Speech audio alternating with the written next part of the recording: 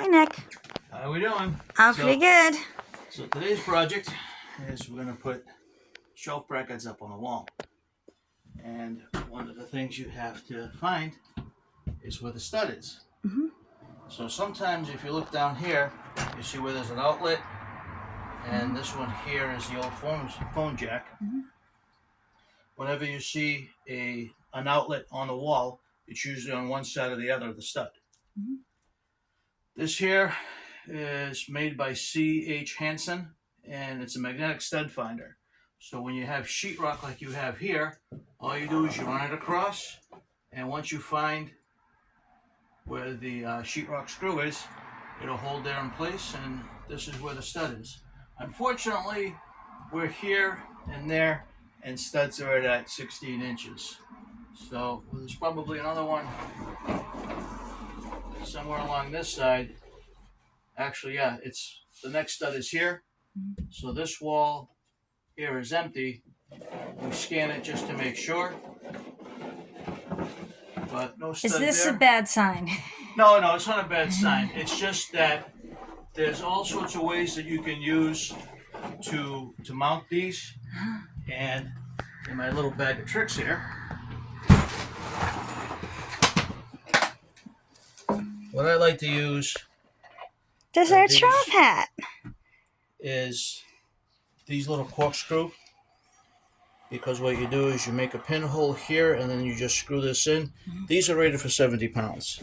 Mm-hmm. You have some of these cement anchors here, which when the screw goes in, this expands. Mm-hmm. And let's see, do I have any toggle bolts? I usually have, here we go. And here are the toggle bolts. What this does is you make a hole for that to fit in. What the? Yeah, and then what happens is you screw this in. I've seen those before. This would already be through the shelf or whatever else you're trying to attach. You flip that in, put it in. If my fingers are the wall, this comes in, and this screws in, and then it pulls everything towards you.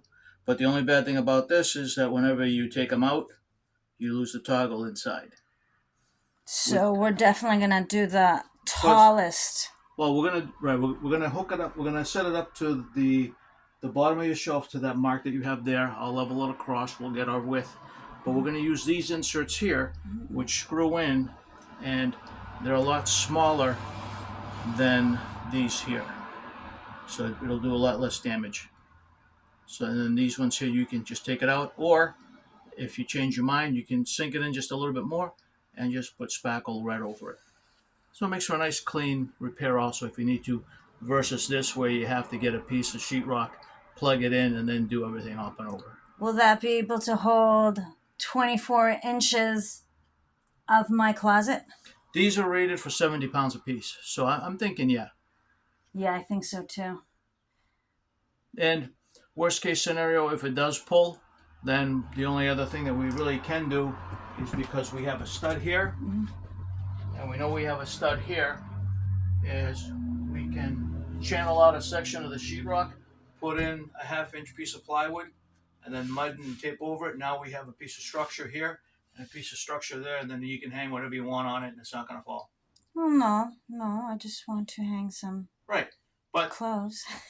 We start with these first before we get to that. I trust it. Yes. The channeling and then putting the structure underneath that's something I do when I hang kitchen cabinets. So this way here, depending. I figure like 18 blazers. Let's just see. 18 blazers, a couple suits. Shouldn't be no more than 20 pounds, right? Yeah, definitely. Yeah. 15 pounds if it's summer clothes, because they're lighter. I figure tops 12 pounds. Yeah. 12 to 15 pounds. That'll be fine. Yeah. Nice. So, alrighty then. We'll get started on the project.